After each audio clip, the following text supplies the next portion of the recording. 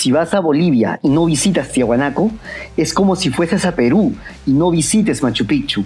Por ello, en este video te daré una guía completa de cómo llegar y mientras lo recorremos, nos cuestionaremos juntos la verdadera edad cronológica de este lugar, que aún es todo un misterio. Ya nos despedimos de La Paz, vamos rumbo a Tiahuanaco.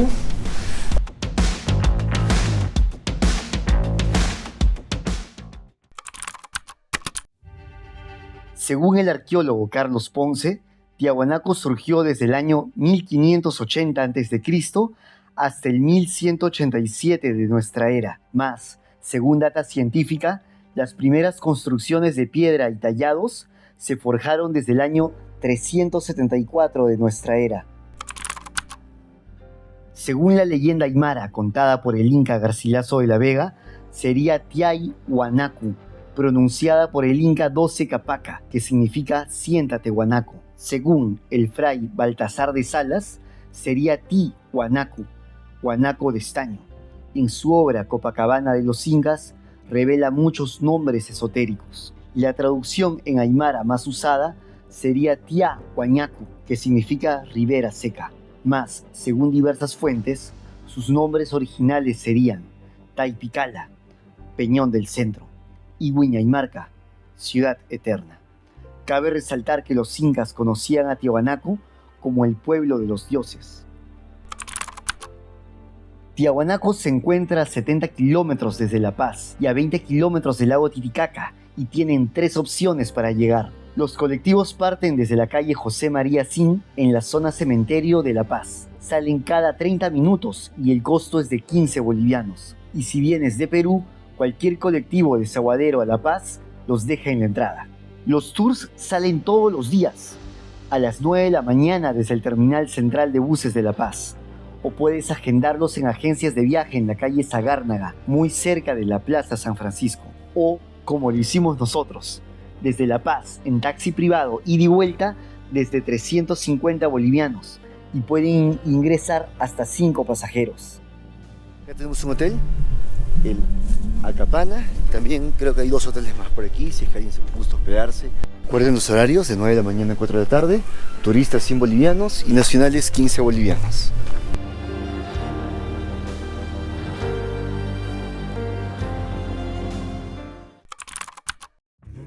Conmigo lo que vamos a ir realizando el recorrido, vamos a ir caminando todo esto.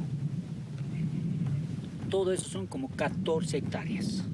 Estas 14 hectáreas solo representan un poco más del 2% del área de Tiahuanaco, que superan las 750 hectáreas aún bajo tierra. Existen diversas tradiciones recogidas por cronistas e historiadores como Pedro Cieza de León, el padre José de Acosta o el fraile Baltasar de Salas, que relatan entre ellas la construcción de Tiahuanaco por gigantes en una sola noche.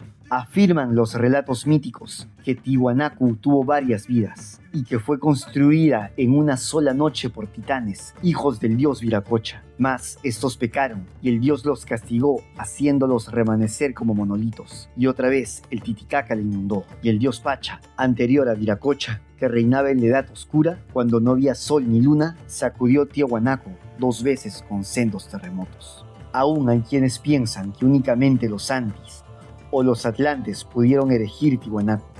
Lo cierto es que aún queda mucho por excavar. ¿Cuántas estructuras y monolitos más tendremos por desenterrar? Si tan solo el coloso monolito Bennett de 7 metros de altura fue encontrado a 1 metro de profundidad. Y es que aún en Bolivia no se han realizado las grandes excavaciones ni los costosos trabajos científicos que pusieron al descubierto las ruinas de México, Egipto y Perú. El año 2008, el arqueólogo subacuático Lorenzo Epis comunica haber encontrado galerías dentro de la pirámide de Acapana, donde menciona encontrar estalactitas, las cuales se forman por el paso de los años ante la filtración del agua. Según el arqueólogo Antonio Portugal, quien también visitó el lugar, estas estalactitas tomarían no menos de 5.000 años en formarse, pero esa edad no es aceptada aún por la comunidad científica. Ahora pasemos a visitar esta enigmática ciudadela. En la cosmovisión de Tiwanaku, El templete representaba el mundo de abajo, donde residían los seres por nacer y los muertos. Por ello, está a 2 metros de profundidad en relación con el suelo, y su acceso originalmente de 7 peldaños daba al sur hacia Capana, y no se conectaba directamente con Calasasaya. Aquí se encontró el monolito Bennett, con 7.2 metros de altura y un peso de 20 toneladas, que ahora se exhibe en el Museo Lítico. Lo más misterioso del recinto es que alberga 175 rostros tallados en piedra, que parecen ser de diferentes etnias del altiplano, pero también exhiben etnias de otros hemisferios y eras. Tiwanaku era un centro de peregrinación, por ende nos lleva a la interrogante: si estos rostros serían una prueba de contacto con etnias de otros hemisferios, incluso de tiempos más remotos. Y además, ¿es posible que algunos de estos rostros le den firmeza a diversos mitos? Ello lo veremos más adelante. Solos en el templo semisubterráneo de las 175 rostros, con el dios Kontiki observándonos. Espectacular. Solos ahora. Espectáculo. Hay muchas que parecen humanoides, ¿no? Mira, Sí, eso. Parece un gris. Parece un gris. y hay autores en sus teorías que muestran que esta cultura Tiwanaku ha sido apoyado por la gente del espacio. Obviamente, por los Ellos hermanos mayores. confirman viendo esas caras. Ah, mira, wow. Mira lo que vamos a ver ahora. La cara de un ser reptiliano en Tiwanaku. ¿Y algún ser anfibio? Ahora nos dirigiremos a Calasasaya, que significa piedras paradas. Es el templo más grande, con 128 metros de largo y 119 de ancho. La puerta de ingreso al templo de Calasasaya. 7 gradas, muy grandes, de 40 o 45 centímetros. Por donde ingresan los primeros rayos del sol, indicando la probabilidad de un ascenso al plano celestial a un templo consagrado al sol. Contaban con 11 pilares que marcaban las distintas posiciones del sol durante el año, señalando con precisión los solsticios y equinoccios. En este templo se encuentran los monolitos más representativos, y ahora subiremos para apreciarlos. Este portal lítico de un solo bloque de 10 toneladas de piedra andesita mide aproximadamente 3 metros de alto por 4 metros de ancho. Tiene tallados y mensajes que aún no se han podido descifrar, ya que hay diversas teorías de la ciencia que lo catalogan con propósitos astrológicos, astronómicos, así como un calendario lunar, solar e incluso como un calendario del planeta Venus. Lo único en que coinciden los estudiosos es que están tallados seres antropomorfos y en el centro el dios de los báculos, que resulta ser la deidad suprema, Viracocha. Según una leyenda aymara, la puerta guarda un secreto que los antiguos aymaras dejaron escondidos en la Cacuyo para ayudar a una futura humanidad en apuros. Una leyenda es un relato que cuenta hechos fantásticos o reales que se transmiten de generación en generación. Existen muchas tradiciones orales recogidas por los cronistas más destacados de los Andes, como el Inca Garcilaso de la Vega o Pedro Cieza de León, quien caminó 9 años por las 2 vertientes de la zona andina recogiendo diversas tradiciones. Mas es lamentable que muchos de esos relatos sean catalogados como cuentos falsos, fantasías, mentiras o imaginación.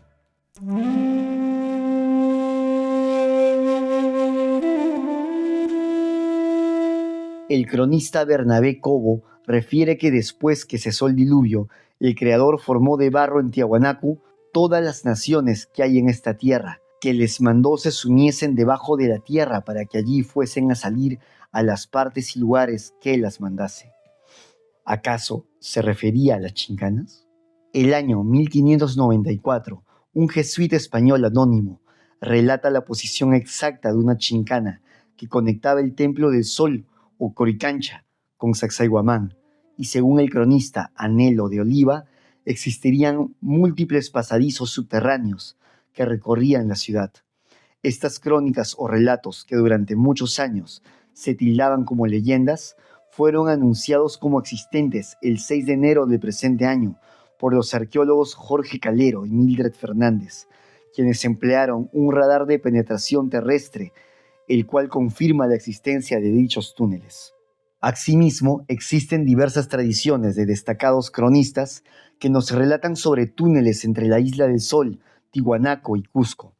El reciente estudio abre una gran posibilidad de que estas tampoco sean leyendas. Es necesario referirnos al lago Titicaca para seguir indagando al respecto. Titicaca en aymara significa puma de piedra. La pregunta es cómo sabían que el lago poseía forma de puma, si esto solo puede ser visto desde el espacio. Existen diversas tradiciones sobre una ciudad sumergida debajo del lago Titicaca. En el año 1966 se organiza la expedición Punta de Lanza encabezada por los argentinos Enrique Bremer, Luis Villaverde y Ramón Avellaneda. Sus hallazgos fueron documentados por Federico Quirbus, donde relata que el barquero Plácido Jucumani reveló la ubicación de las construcciones debajo del lago Titicaca, cerca del puerto Acosta. Gracias a dicha data, pudieron localizar las estructuras que indican encontraron debajo del lago, mas estas narraciones de lo vivido por el trío de buzos solo adquirió tintes de leyendas. ¿Por qué?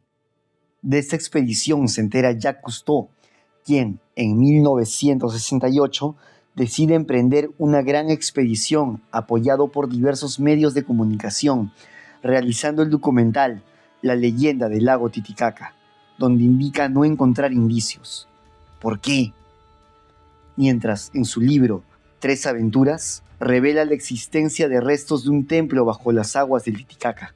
Finalmente, el año 2012, el gobierno boliviano, junto a la Universidad Libre de Bruselas, encuentran una muralla de 800 metros de largo entre las Islas del Sol y la Luna, y al final de esta un templo de 200 por 50 metros. Casas aldeanas y puertos prehistóricos, así como millares de artefactos entre ofrendas y reliquias hechas de oro en forma de puma y otras ofrendas y reliquias en espóndilos. Si bien es cierto, los artefactos de cerámica han sido datados mediante pruebas con carbono 14, dentro de fases tardías de Tiwanaku e incluso hasta épocas incas, el carbono 14 solo puede ser empleado ante elementos orgánicos. Por lo tanto, estas dataciones solo prueban el tiempo de las ofrendas, mas no de cuándo se erigieron las ciudadelas. Ya que si los incas podían ir hasta el Ecuador a sumergirse por el Spondylus, claramente también podían ir al Titicaca a sumergirse para brindar ofrendas en esta posible ciudad prediluviana, que según precisa el investigador de la Universidad Libre de Bruselas, Christopher Deller, hay casi 600 kilómetros cuadrados de territorio de la cultura Tiwanaku dentro del agua. De ser así, sería casi un 7% de la superficie del lago. La pregunta es, ¿por qué no se divulga este hallazgo? ¿Por qué no se realza el interrogante de cuándo fueron construidos estos templos? ¿Acaso antes de la formación del lago? De ser así, muchas de las crónicas y mitos tomarían forma. Existen tradiciones de barqueros de la Isla del Sol que indican sobre una ciudad dorada debajo del lago, que si te acercas el agua te succiona, así como relatos de buzos que han visto seres de cabello blanco en sus inmersiones. Algún día se comprobarán estas leyendas. Según la mitología, el dios Viracocha emergió de las aguas en la era oscura y creó el sol, la luna y a los primeros seres, unos gigantes que tuvo que exterminar mediante un diluvio para luego crear al hombre actual y viajar a lo largo y ancho educando a la humanidad hasta llegar a Manta en Ecuador, para finalmente cruzar el Pacífico en balsa. Se ha encontrado iconografía de Viracocha en culturas más antiguas como Caral, Chavín, Paracas y Huari, en Perú. Si estos templos encontrados bajo el Titicaca datasen de un periodo de Tiwanaku aún no avalado por la ciencia, podrían situar a Tiwanaku miles de años atrás, postura que comparten algunos científicos, arqueólogos e investigadores. Uno de ellos es Artur Poznański, uno de los pioneros y mayores impulsadores de la investigación en Tiwanaku, quien basándose en posiciones astronómicas data a Tiwanaku en 15.000 años antes de Cristo. En su libro Tiwanaku, la cuna del hombre americano, que incluso según un relato propio quiso llamar Tiwanaku la cuna del hombre, ya que él sostenía que esta cultura fue la base de todas las civilizaciones posteriores. Tal era la jerarquía científica de Poznański que entre sus relaciones en el mundo científico podemos traer a Albert Einstein, con quien a partir de 1913 departía largas tertulias en su casa de Berlín. En 1968, investigadores y arqueólogos soviéticos interpretaron la Puerta del Sol como un calendario del planeta Venus, debido a que sus 290 figuras representan los 290 días del ciclo astronómico de Venus, lo que le otorgaría una antigüedad de 13.000 años, basándose en la medición del ciclo sinódico de Venus, el tiempo que tarda el planeta en regresar al mismo punto relativo respecto al Sol y a la Tierra. Venus, conocida como el hermano mayor del Sol o la estrella de la mañana, también es relacionado con los dioses Kukulcán y Quetzalcóatl en Mesoamérica, que incluso también se les describía como un hombre blanco con barba, así como es descrito el dios Viracocha. Existe otro mito relacionado con Venus por el cronista inca Garcilaso de la Vega, donde relata la llegada de la diosa Oriana. De una ave gigante sale una mujer de forma humana, manos con 4 dedos, cuerpo escamoso, cabeza alargada y orejas grandes. Esta tiene relaciones con el hombre tapir, creando así a una nueva raza inteligente, para luego volver a su ave y volar hacia el planeta Venus. Esta diosa es relatada en todo el Ande, e incluso se hablaba de ella en los Paracas. ¿Será por ella que imitaban los cráneos alargados? ¿Será por ello que los altos mandatarios usaban ornamentación simulando tener orejas grandes?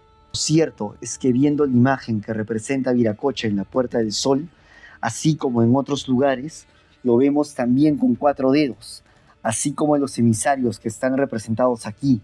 ¿Será Viracocha la representación del hermano mayor del Sol, así como Quetzalcóatl en Mesoamérica? Al ver a los monolitos sobre el templo de Calasasaya, como el monolito Ponce o el monolito Fraile, se me vienen a la mente los atlantes de Tula, gigantes de piedra de 4 metros de altura, que fueron encontrados en Tula Hidalgo, donde se indica que vivió Quetzalcóatl encarnado en el siglo IX de nuestra era. Qué coincidencia, ¿no? Ya que se indica que Tiahuanacu era el recinto de Viracocha. Los mexicas contemporáneos a los incas creían que Tula era una ciudad sagrada, pero lo más interesante es que tanto incas como mexicas hablaban sobre una ciudad antigua, construida por los dioses, que serían Teotihuacán y Tiahuanaco, que además son fonéticamente similares.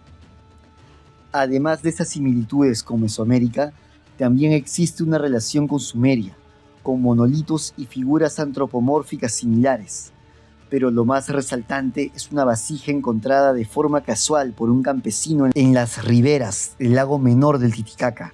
Se trata de la Fuente Magna, hoy exhibida en el Museo de la Paz. Esta vasija de uso ceremonial cuenta con inscripciones labradas en ella, y estas fueron estudiadas por el epigrafista estadounidense Clyde Winters, indicando que sería escritura proto-sumeria, incluso más antiguas que las mismas sumerias. Muchos otros científicos opinan de forma similar. Este hallazgo reforzaría la hipótesis de la antigüedad de Tiahuanaco y su conexión con distintos hemisferios, mas la ciencia apoya la teoría de algunos científicos que indican que las inscripciones en la cerámica están manipuladas. Pero esta no es la única pieza. El monolito de Pocotia, también estudiado por Clyde Winters, presenta de igual forma escritura cuneiforme, y este fue exhibido por corto tiempo en el Museo de Metales de La Paz, mas ahora no está disponible al público. ¿Por qué?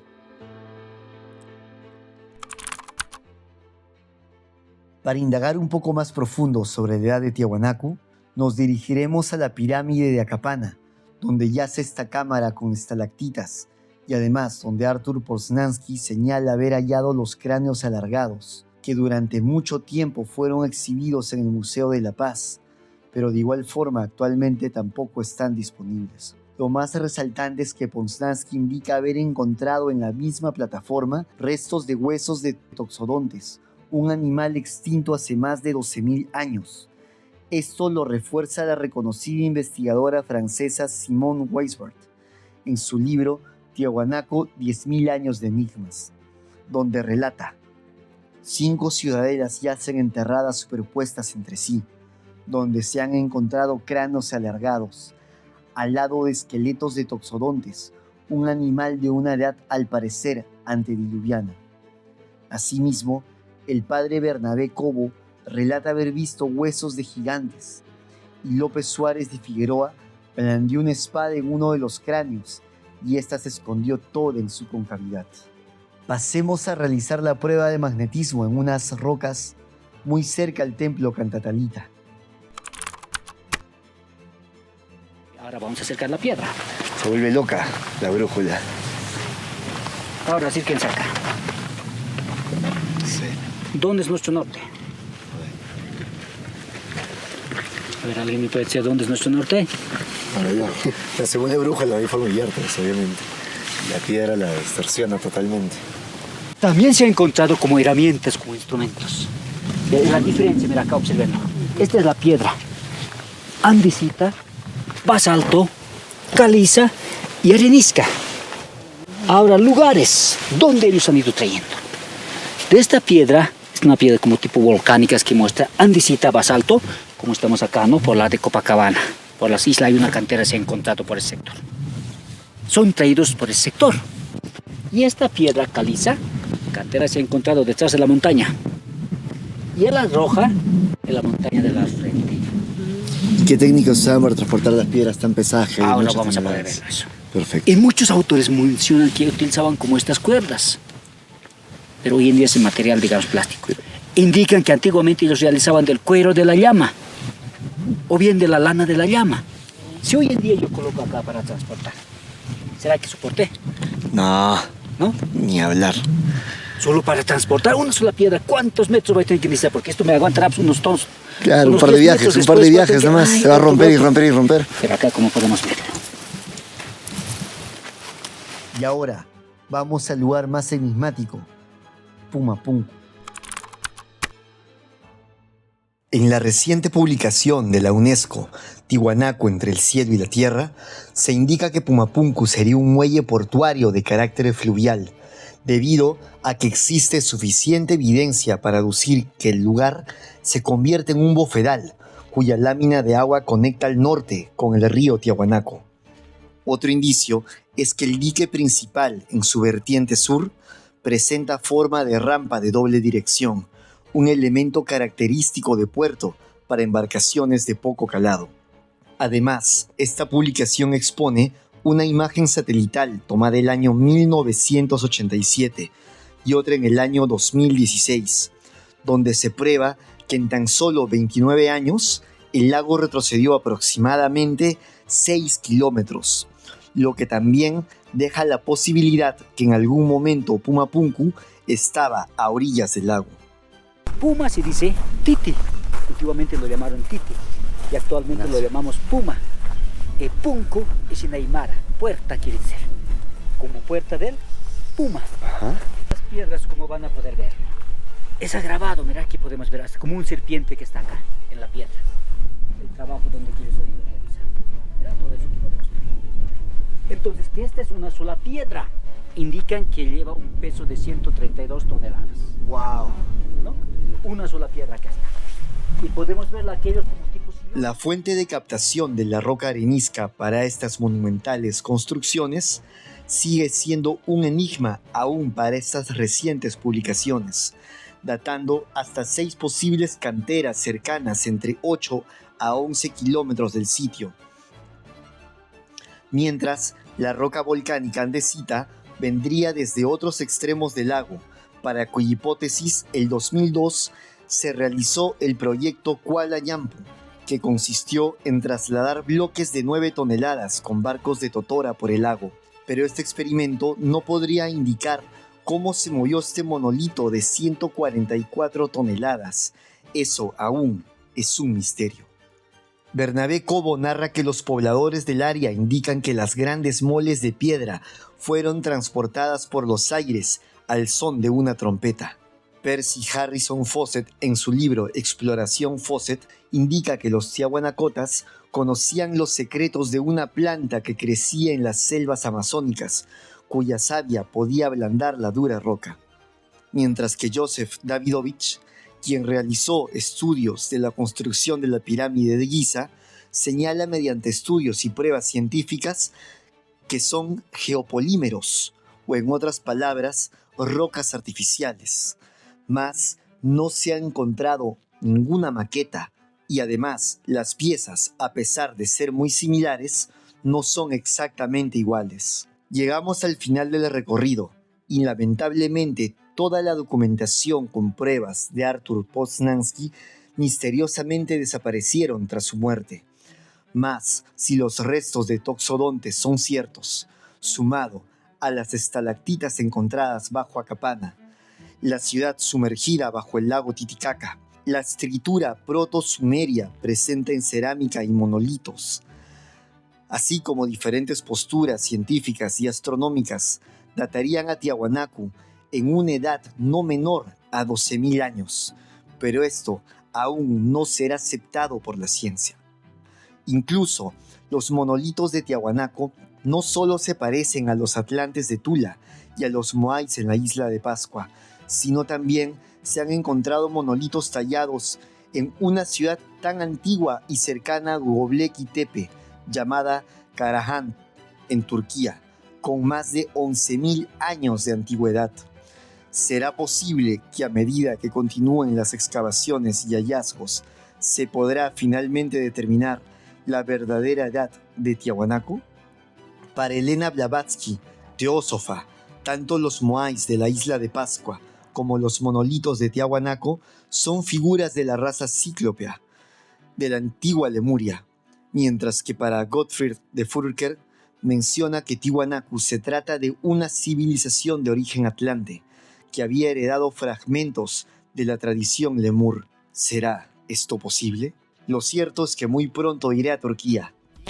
A una cuadra de Tiahuanacu, almorzando, muy agradecidos con Teófilo y con Percy, que nos han tenido una paciencia increíble y nos han enseñado muchas nuevas cosas aquí de Tiahuanacu. Muy agradecido con ellos, por ello estamos almorzando juntos. Muchas gracias. Buen provecho. Saludos, provecho. Hemos tomado una sopa joya de quinoa verde, muy rica, con pedacitos de queso. Y pueden elegir trucha, chuleta o pollo. Una muy buena presa de pollo, miren. A 25 bolivianos, excelente precio. Y ahora se despedía, Cuídense mucho. Bien, y por favor, mucha suerte y que encuentren el bus ataque. Te amo, mamita. El próximo año te veo, mamita. A mi mami no la veo casi 2 años, pues, y seguramente no sé cuánto se veré en 1 o 2 años. Ella vive en Estados Unidos. Mi hermano ha sido acá un ratito, así que... Ya. Salimos de Titicaca, después de 1 hora y media de viaje, llegamos nuevamente al terminal y vamos a comprar el pasaje para Cochabamba. Vamos a preguntar aquí en Trans Copacabana. Luego de una gran aventura en familia, recorriendo frontera Perú-Bolivia y visitando los lugares más emblemáticos de este bello país durante 7 días, me toca despedirme de ellos y continuar mi aventura solo por 2 semanas más recorriendo lugares espectaculares de Bolivia menos visitados. Cada semana les tendré un nuevo video guía de cada destino para que ustedes también puedan realizar todo esto por libre. Ahora paso a detallarles cuál fue el costo de este asombroso full day en Tiahuanaco con el presupuesto aventurero. En transporte ida y vuelta desde La Paz, invertimos 350 bolivianos en total, que sería 87 bolivianos por persona. La entrada a Tiahuanaco para extranjeros es de 100 bolivianos. Recuerden que si eres nacional, solo pagarás 15. El guiado privado nos costó 150 bolivianos, que fueron solo 37 bolivianos por persona. Y ese gran almuerzo solo costó 25 bolivianos. Dando un total de 249 bolivianos. Tan solo $35 por este gran full day a uno de los sitios arqueológicos más importantes y enigmáticos de todo el mundo. Suscríbanse para más guías de viaje detalladas de aventura, arqueología y misticismo. Se nos vienen grandes videos de la bella Bolivia, México y Colombia.